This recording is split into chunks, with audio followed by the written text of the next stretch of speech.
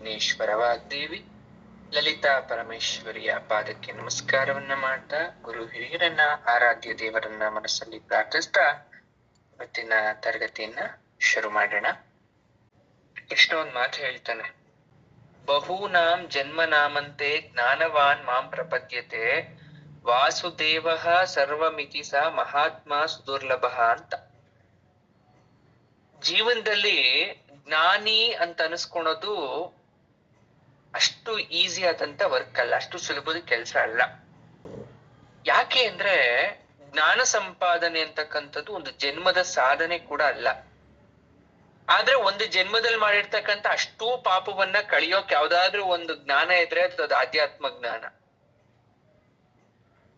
ಆಧ್ಯಾತ್ಮ ಜ್ಞಾನದಲ್ಲಿ ಯಾರೆಲ್ಲ ಇದ್ದೀರಾ, ನೀವು ನಾಲೆಜ್ ನ ತಗೊಂತಾ ಇದ್ದೀರಾ ಅಂತವ್ರಿಗೆ ಭಗವಂತನ ಮಹಾಪ್ರಸಾದ ಆಗತ್ತೆ. ಜ್ಞಾನ ಅನ್ನೋದು ನೂರಾರು ಜನ್ಮಗಳ ಸಂಚಯನ ಅಂತ ಕರಿತೀವಿ. ಇವಾಗ ಏನಾದ್ರು ನೀವು ಅಷ್ಟೋ ಇಷ್ಟೋ ಇದನ್ನೆಲ್ಲ ಮಾಡ್ತಾ ಇದ್ರೆ ಬಿಕಾಸ್ ಈ ಜನ್ಮದಿಂದ ಅಂತೂ ಅಲ್ಲ, ಅದಕ್ಕೆ ಪೂರಕವಾದಂತಹ ಇಂದಿನ ಜನ್ಮ ಅಥವಾ ಅದಕ್ಕೆ ಯಾವುದೋ ಒಂದು ಜನ್ಮದಲ್ಲಿ ಮಾಡಿರ್ತಕ್ಕಂಥ ಸುಕೃತದಿಂದ. ಒಂದು ವಿಚಾರ ಬರುತ್ತೆ, ಯಾವುದೋ ಒಂದು ಪುರಾಣದಲ್ಲಿ ಕತೆ ಬರುತ್ತೆ.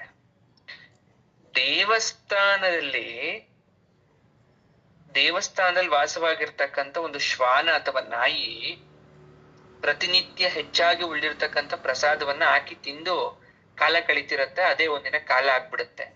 ಮುಂದೆ ಆ ನಾಯೇ ಕಾಮಧೇನು ಆಗಿ ಹುಟ್ಟುತ್ತೆ. ಆ ಕಾಮಧೇನು ದೇವಸ್ಥಾನದಲ್ಲೇ ಕಾಮಧೇನು ಆಗಿ ಹುಟ್ಟಿದ ಪ್ರತಿಫಲವಾಗಿ ಮುಂದೆ ಆ ದೇವಸ್ಥಾನಕ್ಕೆ ಅರ್ಚಕ ಆಗಿ ಹುಟ್ಟುತ್ತಂತೆ. ಅಂದ್ರೆ ಅದು ಒಂದು ಜನ್ಮದ ಸಾಧನೆ ಅಲ್ಲ. ಆ ವ್ಯಕ್ತಿ ಅರ್ಚಕ ಆಗಿದ್ದು ಆ ದೇವಸ್ಥಾನದಲ್ಲಿದ್ದು ಪ್ರಸಾದ ತಿಂದಿದ ಫಲವಾಗಿ ಕಾಮಧೇನುವಾಗಿದ್ದಕ್ಕೆ ಮುಂದೆ ಅವನಿಗೆ ಆ ಭಾಗ್ಯ ಸಿಕ್ತು. ಹಾಗೆ ನಾವೆಲ್ಲ ಕಲಿತಿದೀವಿ ಅಂದ್ರೆ ಯಾವ್ದೋ ಅದು ಇದು ಎಲ್ಲ ಒಂಚೂರು ಜ್ಞಾನ ಸಂಪಾದನೆ ಮಾಡ್ಕೊಂಡಿದೀವಿ ಹಿಂದಿನ ಜನ್ಮದಿಂದನೂ ಕೂಡ. ಅದನ್ನ ನಾವು ನೂರಾರು ಜನ್ಮಗಳ ಸಂಚಯನ ಅಂತ ಕರಿತೀವಿ. ಇನ್ನು ನಾವ್ ಈ ಜನ್ಮದಲ್ಲಿ ಈ ಕಲಿಯುಗದಲ್ಲಿ ಎಲ್ಲ ಕಲ್ತು ಬಿಡ್ತೀವಿ ಅಂದ್ರೆ ಸಾಧ್ಯ ಇಲ್ಲ. ಪರಿಪೂರ್ಣ ಆಗ್ತೀವಿ ಅಂದ್ರೆ ಅದು ಸಾಧ್ಯ ಇಲ್ಲ. ಯಾಕಂದ್ರೆ ಭಗವಂತನ್ ಮಾತ್ರ ನಾವು ಪರಿಪೂರ್ಣ ಅಂತ ಕರೆಯಕ್ಕಾಗದು. ಮತ್ತೆ ಇನ್ನೊಂದು very important note, life is two short ಅನ್ನೋದು ನಿಮ್ಮೆಲ್ರಿಗೂ ಗೊತ್ತು. ಜೀವನ ಅಂತಕ್ಕಂಥದ್ದು ಬಹಳ ಚಿಕ್ಕದು. ಸರಿಯಾಗಿ ಬದುಕಿದ್ರೆ ಮನುಷ್ಯನ ಜೀವಾವಧಿ 80 ರಿಂದ 90 ವರ್ಷ. 80 ವರ್ಷ ದೊಡ್ಡದು ಅಂತ ಅನಿಸ್ಬೋದು ನಿಮ್ಗೆ. ಅಯ್ಯೋ ನಾಳೆ ಮಾಡಿದ್ರಾಯ್ತು ಅಂತ ಅನ್ಬೋದು, ಇವತ್ತೇನ್ ಅರ್ಜೆಂಟು ಅಂತ ಯೋಚನೆ ಬರ್ಬೋದು. ಆದ್ರೆ ಗಡಿಯಾರದ ಮುಳ್ಳುಗಳನ್ನ ನೋಡ್ತಾ ಇರ್ತೀರಿ, ಯಾವ ತರ ಟಿಕ್ ಟಿಕ್ ಟಿಕ್ ಅಂತ ಸೆಕೆಂಡ್ ಮುಳ್ಳು ಮಿಂಚಿನ ವೇಗದಲ್ಲಿ ಮುಂದೆ ಹೋಗ್ತಾ ಇರುತ್ತೋ ಹಾಗೆ ಬದುಕು ಅನ್ನೋದು ಕೂಡ ಮುಂದೆ ಹೋಗ್ತಾ ಇರುತ್ತೆ. ಕೆಲವೊಂದ್ಸಲ ನೆನ್ಸ್ಕೊಂಡ್ರೆ ಭಯ ಆಗ್ತಾ ಇರುತ್ತೆ ನಮಗೆ, ಇಷ್ಟು ಬೇಗ ಕಾಲ ಹೋಗ್ತಾ ಇದೆ, ಇಷ್ಟು ಬೇಗ ಸಮಯ ಹೋಗ್ತಾ ಇದೆ, ಹೇಗಪ್ಪ ಅಂತ. ಅವೆಲ್ಲ ನಮ್ಮ ಬದುಕಿನ ಅಮೂಲ್ಯ ಕ್ಷಣ, ಮತ್ತೆ ರಿವೈಂಡ್ ಮಾಡಕ್ ಆಗಲ್ಲ. ಅದೇ ತರ ಈ ಜನ್ಮ ಕೂಡ ಮತ್ತೆ ನೀವ್ ಇದನ್ನ ಗೇನ್ ಮಾಡಕ್ ಆಗಲ್ಲ, ಪಡ್ಕೊಳಕ್ ಆಗಲ್ಲ. ಯಾರಿಗ್ ಗೊತ್ತು ನಾಳೆ ನಮ್ಮ ಬದುಕಲ್ಲಿ ಏನಾಗುತ್ತೋ ಇಲ್ವೋ ಅಂತ. ಹಾಗಾಗಿ ಇರೋ ತನಕ ನಾವು ಜ್ಞಾನವನ್ನ, ದೇವರನ್ನ, ನಮ್ಮ ಸುತ್ತಮುತ್ತಲಿರೋರ್ನ ಪ್ರೀತಿಸ್ಬೇಕು, ದ್ವೇಷ ಬಿಡಬೇಕು, ಅಸೂಯೆ ಹೊಟ್ಟೆ ಕಿಚ್ಚು ಇಟ್ಕೋಬಾರ್ದು. ನಮ್ಮವ್ರಿಗಾಗಿ ನಿಮ್ಮವ್ರಿಗಾಗಿ ಖುಷಿಯಾಗಿ ಬದುಕ್ಬೇಕು. ಸಾಧ್ಯ ಆದಷ್ಟು ನಾವು ಆಧ್ಯಾತ್ಮದ ದಾರಿಲಿ ಇರ್ಬೇಕು. ಸಾಧ್ಯ ಆದಷ್ಟು ಅಂದ್ರೆ ಎಲ್ಲೋ ದಿನ ಪೂರ್ತಿ ಸಮಯ ಇಲ್ಲ, ಆದ್ರೆ ನಿಮ್ ಬದುಕಲ್ಲಿ ಬೆಳಗ್ಗೆಯಿಂದ ಸಂಜೆ ತನಕ ಎಲ್ಲದಕ್ಕೂ ಟೈಮ್ ಕೊಟ್ರೆ, ಯಾವ್ದೋ ಒಂದು ಆಧ್ಯಾತ್ಮದ ಕಲಿಯಕ್ಕೆ 1 hour ನಿಮ್ ಹತ್ರ ಟೈಮ್ ಇಲ್ಲ ಅಂದ್ರೆ ಅದು ವೇಸ್ಟ್ ಆಫ್ ಲೈಫ್ ಅದು. ಹಂಗಾಗಿ ಒಳ್ಳೆ ವಿಚಾರದೊಂದಿಗೆ ತರಗತಿಯನ್ನ ಶುರು ಮಾಡೋಣ. ಒಳ್ಳೆ ಭಾವನೆ, ಪ್ರೀತಿಯಿಂದ. ನಾವ್ ಯಾವಾಗ ಪ್ರೀತಿ ಮಾಡ್ತೀವಿ ಆಗ ಅದಕ್ಕಿಂತ ಹೆಚ್ಚಿಂದ ಪ್ರೀತಿ ಸಿಗುತ್ತೆ ನಮ್ಗೆ. ನಾನಂತೂ ಹೇಳ್ತಾ ಇರ್ತೀನಿ, ಭಗವಂತನನ್ನ ಪ್ರೀತಿ ಮಾಡಿ ಆರಾಧಿಸಿ, ಪ್ರೀತಿಯಿಂದ ಪೂಜೆ ಮಾಡಿ, ಪ್ರೀತಿಯಿಂದ ಒಂದು ಹೂ ಇಡಿ. ದೇವ್ರ ತಲೆ ಮೇಲೆ ಹೂ ಇಡ್ಬೇಕಾದ್ರೆ ಖುಷಿಯಿಂದ ಮುಖದ ಮೇಲೆ ನಗುವಿಂದ ಇಡ್ಬೇಕು. ಒಂದೇ ಒಂದು ಹೂ ಯಾವ್ದೋ ಒಂದ್ ಬಿಟ್ಟಿದೆ, ಮಂದಾರ ಪುಷ್ಪ ಯಾವ್ದೋ ಒಂದು ದಾಸವಾಳ ಹೂವು ಬಿಟ್ಟಿದೆ, ಅಷ್ಟೇ ಸಾಕು. ಅದನ್ನೇ ಪ್ರೀತಿಯಿಂದ ಇಡೋಣ ದೇವ್ರ ತಲೆ ಮೇಲೆ. ಅದನ್ನ ನಾವು ತುಂಬಾ ಪ್ರೀತಿಯಿಂದ ಅಕ್ಸೆಪ್ಟ್ ಮಾಡ್ತಾನೆ. ಆ ಹೂ ಇಟ್ಟ ಮೇಲೆ ಒಂದ್ ಕಳೆ ಬರುತ್ತೆ. ಹೂ ಇಡಕ್ಕಿನ ಮುಂಚೆ ವಿಗ್ರಹ, ಹೂ ಇಟ್ಮೇಲೆ ಏನೋ ಒಂದು ಆಕರ್ಷಣೆ ಆಗುತ್ತೆ. ಹೂವಿಂದ ಆಕರ್ಷಣೆ ಆಯ್ತೋ ಅಥವಾ ವಿಗ್ರಹಕ್ಕೆ ಹೋದ್ಮೇಲೆ ಅದಕ್ಕೆ ಆ ಶಕ್ತಿ ಬಂತು. ಅಥವಾ ನಮ್ಮಲ್ಲಿ ಇತ್ತಲ್ಲ ಭಕ್ತಿ, ನನ್ನೊಳಗಡೆ ಒಂದ್ ದೇವರು ನನ್ ಪೂಜೆ ಮಾಡ್ತಾ ಇದ್ದೀನಿ ಅಂತ ಒಂದ್ ಭಕ್ತಿ ಇತ್ತಲ್ಲ, ಭಕ್ತಿಯಿಂದ ಅದಕ್ಕೆ ಅಂದ ಹೆಚ್ಚಾಯ್ತು. ತರಗತಿಯನ್ನ ಶುರು ಮಾಡೋಣ. ವಿಪ್ರಪ್ರಿಯ, ವಿಪ್ರರೂಪ ಅಂತೆಲ್ಲ ನಾವು ನೋಡಿದ್ವಿ. ಈಗ ಮುಂದುವರಿದ ಭಾಗವಾಗಿ ನಾವು 167ನೇ ಶ್ಲೋಕದಿಂದ ನೋಡ್ತಾ ಹೋಗೋಣ. ವೀರಗೋಷ್ಠಿ ಪ್ರಿಯ ವೀರ ನೈಷ್ಕರ್ಮ್ಯ ನಾದರೂಪಿಣಿ ವಿಜ್ಞಾನ ಕಲನ ಕಲ್ಯ ವಿದಗ್ಧ ಬೈದ ವಾಸನ ಅಂತಕ್ಕಂಥದ್ದು. ಇದನ್ನು ಕೂಡ ಹೇಳಿದ್ದೆ ನಿಮಗೆ.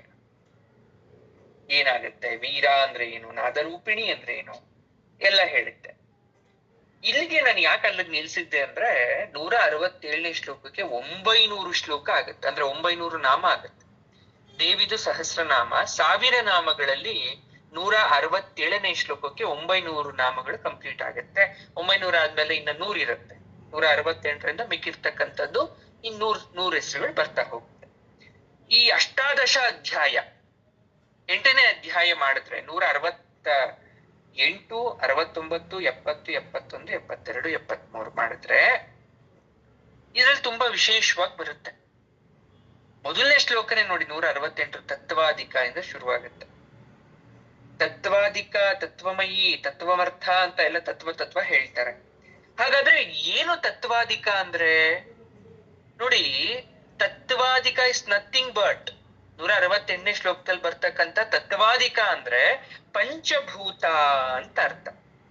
ಪಂಚಭೂತಗಳ ಬಗ್ಗೆ ಗೊತ್ತು, ಆಕಾಶ, ಜಲ, ವಾಯು, ಅಗ್ನಿ, ಪೃಥ್ವಿ. ಪಂಚಭೂತಗಳ ಜೊತೆಗೆ ಪಂಚ ತನ್ಮಾತ್ರೆ ಸೇರ್ಕೊಳ್ಳುತ್ತೆ. ಶಬ್ದ, ರಸ, ಗಂಧ, ಸ್ಪರ್ಶ, ರೂಪ. ಅದೆಲ್ಲ ನಮಗೆ ವರ್ಕ್ ಮಾಡೋದು ನಮ್ಮ ಪಂಚೇಂದ್ರಿಯ ಅಥವಾ ಪಂಚ ಜ್ಞಾನಗಳಿಂದ. ಮೂಗು, ಬಾಯಿ, ನಾಲಿಗೆ, ಕಣ್ಣು, ಕಿವಿ. ಅದಕ್ಕೆ ಸಪೋರ್ಟ್ ಮಾಡೋದು ನಮ್ಮ ಕರ್ಮೇಂದ್ರಿಯಗಳು, ಪಂಚ ಕರ್ಮೇಂದ್ರಿಯಗಳು, ವಾಕ್, ಪಾಣಿ, ಪಾದ, ಊರು, ಉಪಸ್ಥ. ಅರ್ಥ ಆಗತ್ತಲ್ಲ ನಮ್ಮ ದೇಹದಲ್ಲಿ ಇರ್ತಕ್ಕಂಥದ್ದು. ಇನ್ನು ಅಂತಃಕರಣ ಚತುಷ್ಟಯಗಳು ಬರುತ್ತೆ, 4 ಸೇರ್ಕೊಳುತ್ತೆ. ಮನಸ್ಸು, ಬುದ್ಧಿ, ಚಿತ್ತ, ಅಹಂಕಾರ. ನೋಡಿ, ಲೆಕ್ಕ ಹಾಕೊಳ್ಳಿ. ಪಂಚಭೂತ 5, ಪಂಚ ತನ್ಮಾತ್ರೆ 5, ಪಂಚ ಜ್ಞಾನೇಂದ್ರಿಯ 5, ಪಂಚ ಕರ್ಮೇಂದ್ರಿಯ 5, ಕಡೆಯಲ್ಲಿ 4. 5 + 5 + 5 + 5 + 4 ಇಷ್ಟು ಕೂಡಿದ್ರೆ 24 ತತ್ವ ಆಯ್ತು. ಮಾನವನ ದೇಹ, ಹ್ಯೂಮನ್ ಬಾಡಿ ಅಂತಕ್ಕಂಥದ್ದು 24 ತತ್ವಗಳಿಂದ ಒಳಗೊಂಡಿದೆ. ಯಾರಾದ್ರೂ ಕೇಳಿದ್ರೆ ನಿಮ್ಮನ್ನ, ಹೌ ಹ್ಯೂಮನ್ ಬಾಡಿ ಫಾರ್ಮ್ ಯಾವ ತರ ಆಗಿದೆ ಅಥವಾ ಮನುಷ್ಯನ ದೇಹ ಯಾವ ತರ ರೂಪಕ ಆಗಿದೆ ಅಂದ್ರೆ, ಸಾಮಾನ್ಯವಾಗಿ ತಲೆ ಇದೆ, ಕೈ ಕಾಲಿದೆ, ಇವೆಲ್ಲ ಹೇಳ್ತೀವಿ. ಆದ್ರೆ ಅದ್ರೊಳಗಡೆ ಡೀಟೇಲ್ಡ್ ಹೇಳ್ಬೇಕು ಅಂದ್ರೆ ನೀವು ಇರೋ ಪಾರ್ಟ್ಸ್ ನ ಎಕ್ಸ್ಪ್ಲೈನ್ ಮಾಡೋದಲ್ಲ, ಭಾಗಗಳನ್ನ ಹೇಳೋದಲ್ಲ. ಮಾನವನ ದೇಹ 24 ತತ್ವಗಳಿಂದಾಗಿದೆ. ಅದರಲ್ಲಿ ಪಂಚಭೂತ, ಪಂಚ ತನ್ಮಾತ್ರೆ, ಪಂಚ ಜ್ಞಾನೇಂದ್ರಿಯ, ಪಂಚ ಕರ್ಮೇಂದ್ರಿಯ, ಲಾಸ್ಟ್ ಅಲ್ಲಿ ಅಂತಃಕರಣ ಚತುಷ್ಟಯ 4 ಸೇರ್ಕೊಂತು. ಮನಸ್ಸು, ಬುದ್ಧಿ, ಚಿತ್ತ, ಅಹಂಕಾರ. ಇಷ್ಟು ಸೇರಿ 24 ಆಯ್ತು. ಈ 24 ತತ್ವಗಳಿಗೆ ಅಥವಾ 24 ತತ್ವಗಳಿಗಿಂತಲೂ ಅಧಿಕವಾಗಿರ್ತಕ್ಕಂಥ, ಅತೀತವಾಗಿರ್ತಕ್ಕಂಥ ಜ್ಞಾನ ಸ್ವರೂಪಿಣಿಯಾದ ಶ್ರೀಮಾತೆಯನ್ನ ನಾವು ತತ್ವಾಧಿಕ ಅಂತ ಕರೀತೇವೆ. ಎಷ್ಟು ಚೆನ್ನಾಗಿದೆ ನೋಡಿ, ತತ್ವಾಧಿಕ ಅಂತ ಕರೀತೇವೆ. ಇನ್ನೂ ಒಂಚೂರು ಮುಂದಕ್ಕೆ ಹೋಗ್ತೀನಿ ನಾನು. ಪೃಥಿವ್ಯಾದಿನಿ ಭೂತಾನಿ ತನ್ಮಾತ್ರ ಪಂಚಕಂ ತಥಾ ದಶೇಂದ್ರಿಯಾಣಿ ಮನಸ ಏಕವಿಂಶಂತಿ ಸಂಹಿತಾಃ ತ್ವಗಾದಿ ಧಾತವ ಸಪ್ತ ತಥಾ ವಾಯೋಶ್ಚ ಪಂಚಕಂ. ತುಂಬಾ ಚೆನ್ನಾಗಿದೆ, ಕೇಳಿಸ್ಕೊಳ್ಳಿ. ಮಾಯಾಚ ಶುದ್ಧ ವಿದ್ಯಾಚ ಮಹೇಶ್ವರ ಸದಾಶಿವ ಅಂತ ಕರೀತಾರೆ ತತ್ವ ಚೂಡಾಮಣಿಲಿ. ಹಂಗಂದ್ರೆ ಏನು ಅಂದ್ರೆ, ಪಂಚಭೂತ 5, ಪಂಚ ತನ್ಮಾತ್ರೆ 5, ಇಂದ್ರಿಯಗಳು, ಮನಸ್ಸು ಒಟ್ಟು 11 ಆಯ್ತು. 21 ಸೇರಿಸ್ಬಿಟ್ಟು ಮಾಂಸ, ರಕ್ತ, ವೀರ್ಯ, ಶುಕ್ಲ, ಮೂಳೆ 28 ಆಯ್ತು. ವಾಯು ಪಂಚಕದಲ್ಲಿ ಪ್ರಾಣ, ಅಪಾನ, ವ್ಯಾನ, ಉದಾನ, ಸಮಾನ 5 ಆಯ್ತು. 33 ಆಯ್ತು. 33ಕ್ಕೆ 3 ಸೇರಿಸ್ಬೇಕು. ಮಾಯೆ, ಶುದ್ಧ ವಿದ್ಯೆ, ಮಹೇಶ್ವರ 36 ಆಯ್ತು. ಇದನ್ನ ನಾವು ಪೃಥಿವ್ಯಾದಿ ತತ್ವ ಅಂತ ಕರಿತೀವಿ. ಈಗ ಹೇಳ್ದೆ ಮಾನವಂದ್ 24 ಅಂತ. ತತ್ವ ಚೂಡಾಮಣಿಲಿ ಬೇರೆ ತರ ಹೇಳ್ತಾರೆ. 36 ಆಯ್ತು. ಜೊತೆಗೆ ಮತ್ತು 45 ತತ್ವ ಸೇರ್ಸ್ಕೋಬೇಕು. ಯಾವುದು ಮತ್ತು 45 ಅಂದ್ರೆ? ಉಪವಾಯು. ಉಪವಾಯುಗಳು ಹೇಳಿದೀನಿ, ಇನ್ನೊಂದ್ಸಲ ಹೇಳ್ತೀನಿ ನೋಡಿ. ನಾಗ, ಕೂರ್ಮ, ಕೃಕರ, ದೇವದತ್ತ, ಧನಂಜಯ. ಸರ್, ವಾಯುಗಳು ಗೊತ್ತಾಯ್ತು. ವಾಯುಗಳು ಹೇಳ್ತಾನೆ ಇರ್ತೀರಿ ನೀವು. ಯಾವ್ಯಾವ್ದು? ಪ್ರಾಣ, ಅಪಾನ, ವ್ಯಾನ, ಉದಾನ, ಸಮಾನ. ಈ ಉಪವಾಯುಗಳೇನು? ನೋಡಿ, ಮನುಷ್ಯ ಸಾಯ್ಬೇಕಾದ್ರೆ ಬೇರೆ ಬೇರೆ ರೀತಿ ಸಾಯ್ತಾನೆ, ಉಸಿರು ಹೋಗ್ಬೇಕಾದ್ರೆ ಒಂದೊಂದ್ ರೀತಿ ಹೋಗುತ್ತೆ, ಉಸಿರು ಬರ್ಬೇಕಾದ್ರೂ ಕೂಡ ಒಂದೊಂದ್ ರೀತಿ ಬರುತ್ತೆ. ಎಲ್ಲಾ ಮಕ್ಕಳು ಒಂದೇ ತರ ಅಳ್ತಾರ? ತುಂಬಾ ಡೀಪ್ ಆಗಿ ಅಬ್ಸರ್ವ್ ಮಾಡಿದ್ದೆ ಆದ್ರೆ ನೀವು, ದೇವದತ್ತ ಅಂದ್ರೆ ಶಂಖದ ರೀತಿ ಮಕ್ಳು ಶಬ್ದ ಮಾಡ್ತಾರೆ, ಆಮೆ ಕೂರ್ಮದ ರೀತಿ ಶಬ್ದ ಮಾಡ್ತೀವಿ, ನಾಗ ಯಾವ ತರ ಉಸಿರು ಬಿಡುತ್ತೋ ಆ ರೀತಿ ಶಬ್ದ ಮಾಡ್ತೀವಿ, ಬಿಲ್ಲು ಬಾಣ ಬಿಟ್ಟಾಗ ಛೇಂಕಾರ ಬರುತ್ತಲ್ಲ, ಅದೊಂದು ಸೌಂಡ್ ಬರುತ್ತಲ್ಲ, ಆ ರೀತಿ ಸೌಂಡ್ ಬರುತ್ತೆ ಮಾನವನ ದೇಹದಿಂದ. ಈ 5 ಉಪವಾಯುಗಳು, ಇನ್ನು 14 ನಾಡಿ ಶಕ್ತಿ. ಅದ್ರಲ್ಲಿ 14ಅಲ್ಲಿ 10ನ್ನ ಅಗ್ನಿ ಅಂತ ಕರಿತೀವಿ, ಅರ್ಥ ಆಗತ್ತಲ್ಲ? ಅಗ್ನಿ ತತ್ವ 10 ದಶವಿಧ ಅಗ್ನಿಗಳು ಅಂತ ಕರಿತೀವಿ. ಅದನ್ನೂ ಹೇಳಿದ್ದೀನಿ ನಾನು ನಿಮ್ಗೆ.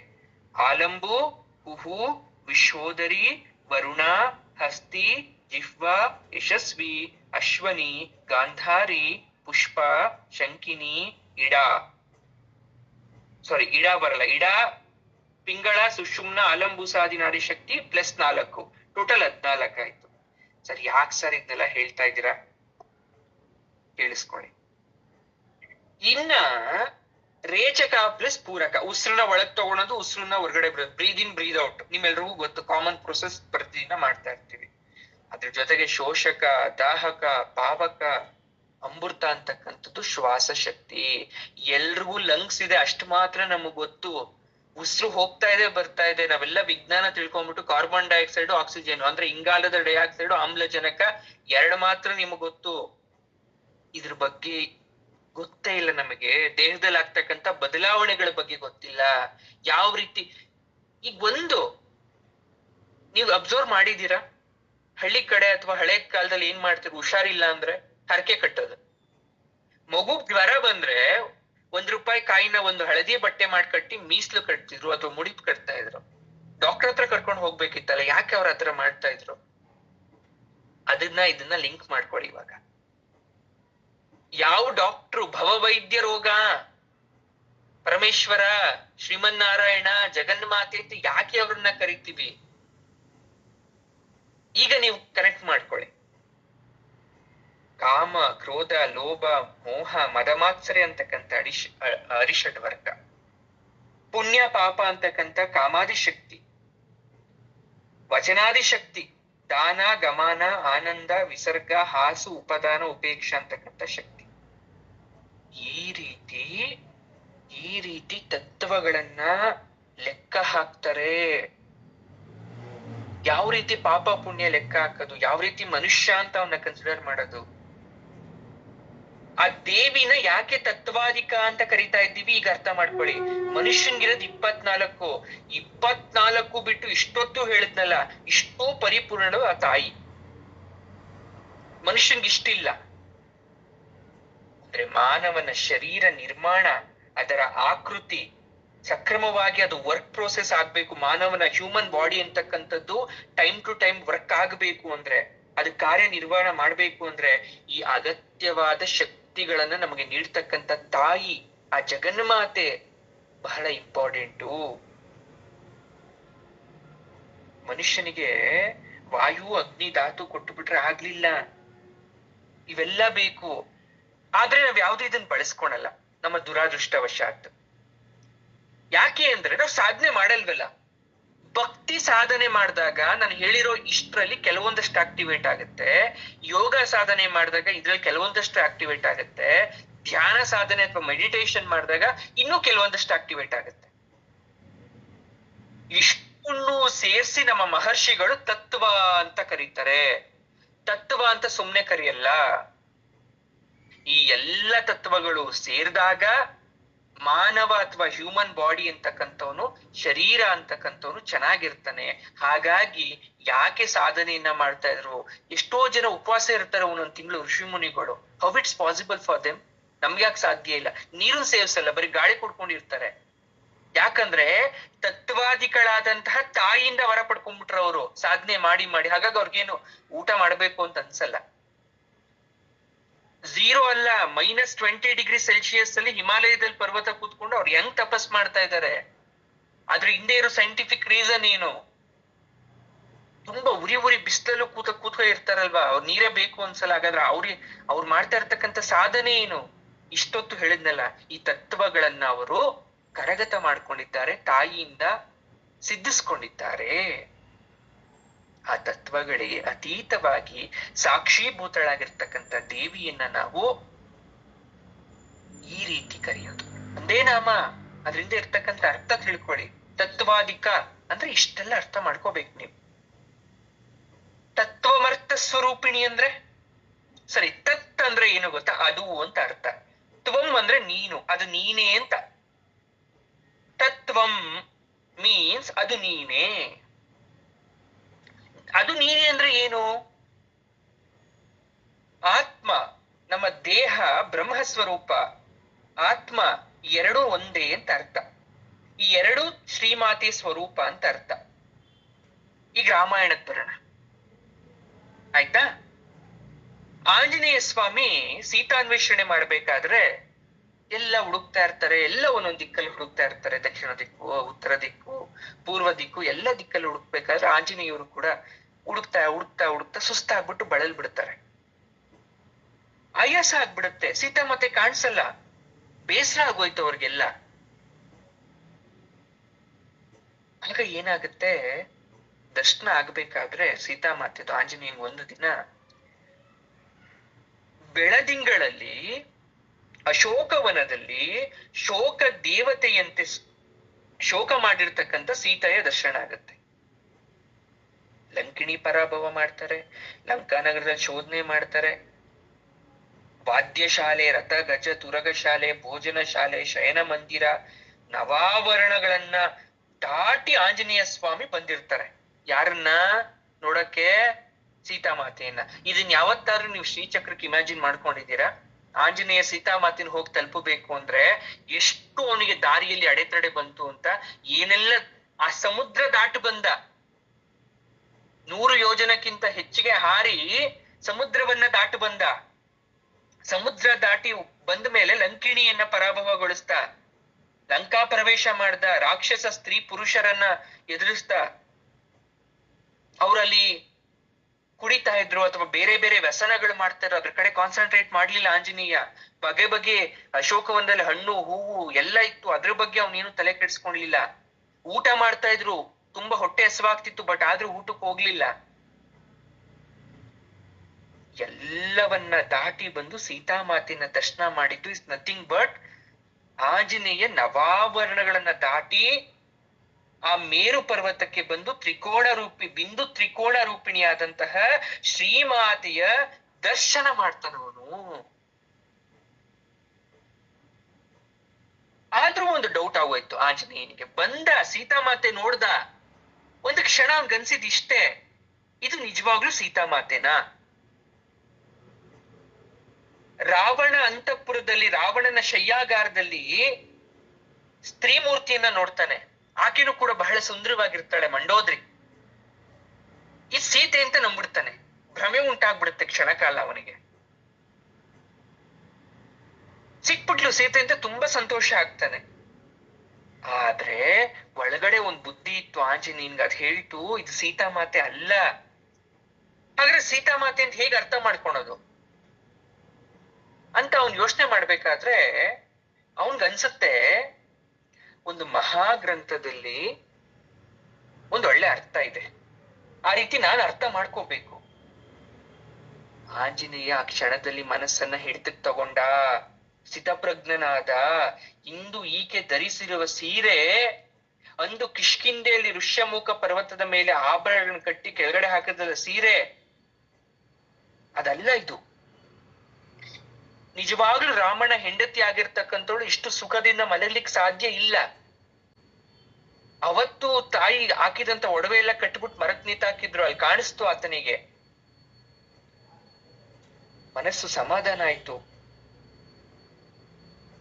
ಯಾಕೆ ಹೇಳ್ತಾ ಇದ್ದೀನಿ ಗೊತ್ತಾ ನಿಮ್ಗೆ? ಒಂದು ತತ್ವ ಅಂತಕ್ಕಂಥದ್ದು ಮನುಷ್ಯನ ಜೀವನದಲ್ಲಿ ಹಲವಾರು ಬರಿ ರಿಪೀಟ್ ಆಗ್ತಾ ಇರುತ್ತೆ. ನಿಮ್ ಲೈಫ್ ಅಲ್ಲಿ ತುಂಬಾ ಸಲ ಬರ್ತಾ ಇರುತ್ತೆ.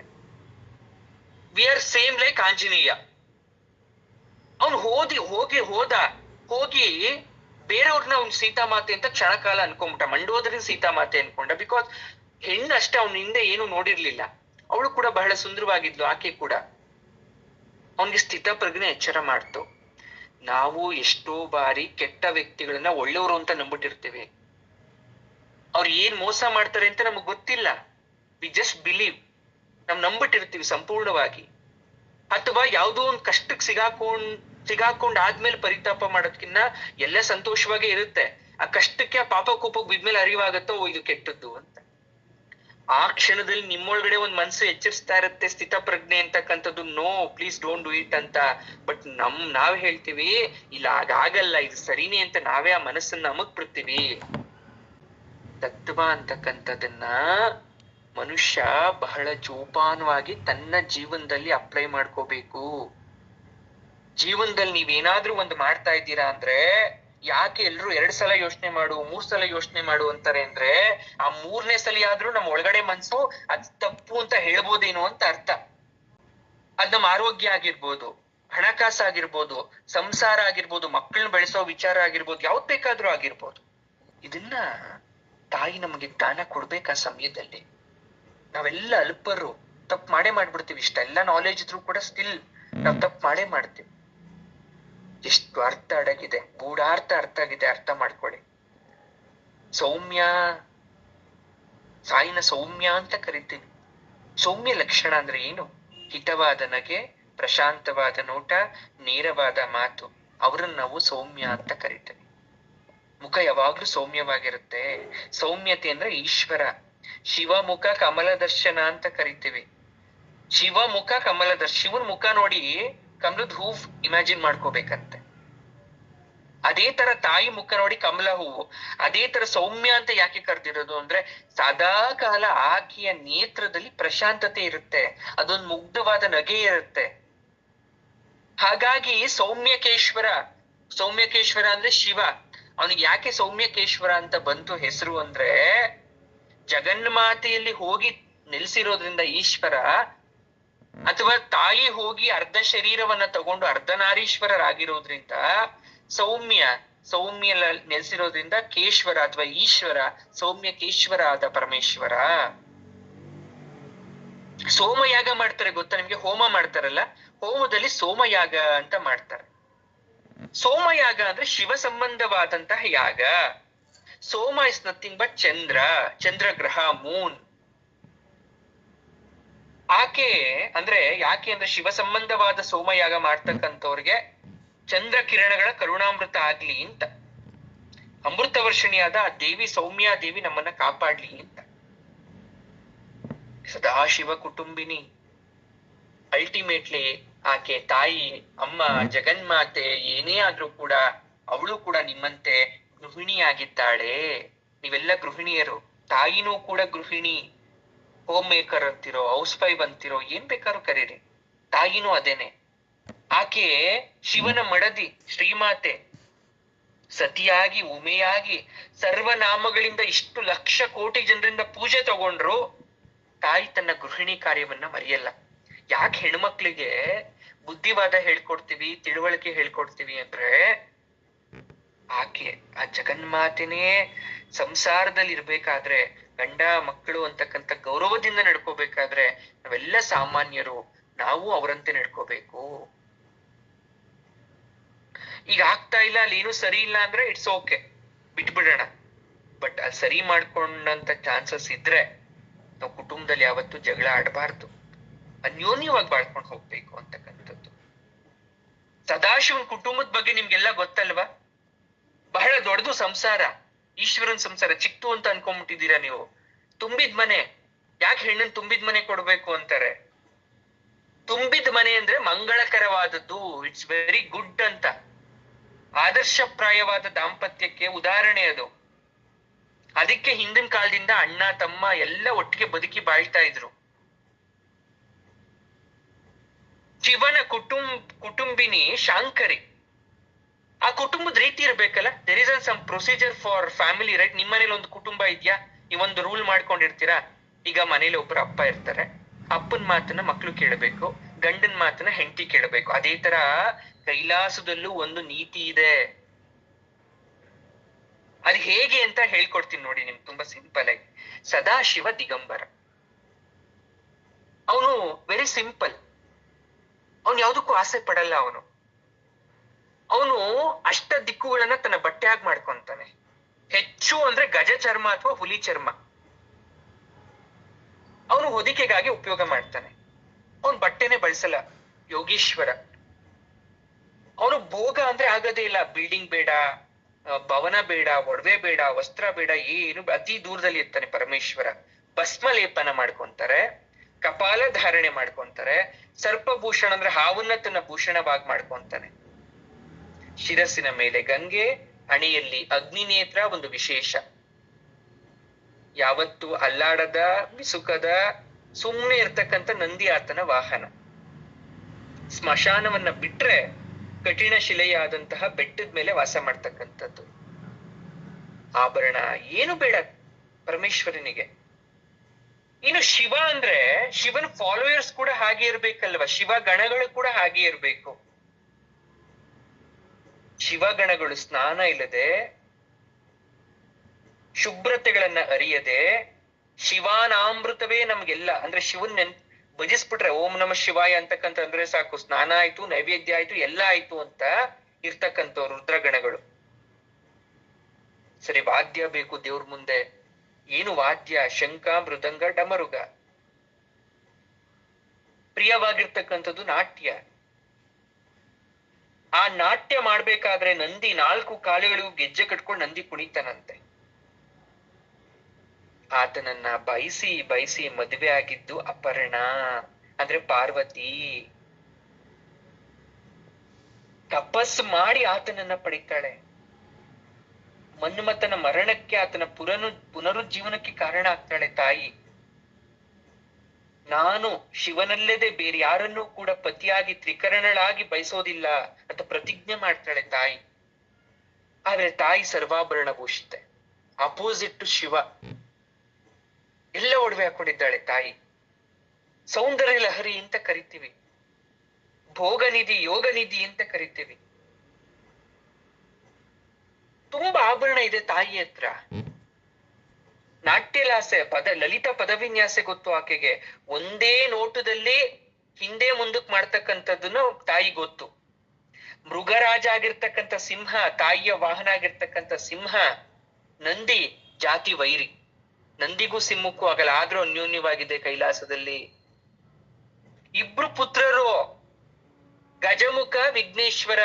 ಗಜಮುಖ ವಿಘ್ನೇಶ್ವರರಾದಂತಹ ವಿಘ್ನೇಶ್ವರ ಇಬ್ರು ಒಂದೇ, ಜೊತೆಗೆ ಷಣ್ಮುಖನಾದಂತಹ ಸುಬ್ರಹ್ಮಣ್ಯ ಸ್ವಾಮಿ. ವಿಘ್ನೇಶ್ವರನಿಗೆ ತನ್ನ ತಂದೆಯಂತೆ ಶರೀರದ ಬಗ್ಗೆ, ವೇಷಭೂಷಣದ ಬಗ್ಗೆ ಇಷ್ಟ ಇಲ್ಲ. ಗಣಪತಿಗೆ ಇಷ್ಟ ಇಲ್ಲ, ಅವರು ತಂದೆ ಕ್ಯಾರೆಕ್ಟರ್. ವಿಘ್ನರಾಜ ತುಂಬಾ ಕುಳ್ಳುಕ್ಕೆ, ಸ್ಥೂಲವಾಗಿ, ಶರೀರದಲ್ಲೇ ಸರ್ವ ಮಹಿಮೆಗಳನ್ನ ಸಾಧಿಸ್ಕೊಂಡು ಅಡಗಿಸ್ಕೊಂಡಿರ್ತಕ್ಕಂಥವ್ರು. ಅವನ ವಾಹನ ಇಲ್ಲಿ ದೇಹ ದೊಡ್ಡದು, ವಾಹನ ಚಿಕ್ಕದು. ಸಿದ್ದು ಬುದ್ಧಿಯರನ್ನ ಇಟ್ಕೊಂಡಿದ್ದಾರೆ. ಆದ್ರೆ ಷಣ್ಮುಖ ರೂಪವಂತ, ಸರ್ವಾಭರಣ ಭೂಷಿತ, ತಾಯಿಯಂತೆ, ತಾಯಿ ಗುಣ, ದೇವಸೇನೆಗಳಿಗೆ ನಾಯಕ.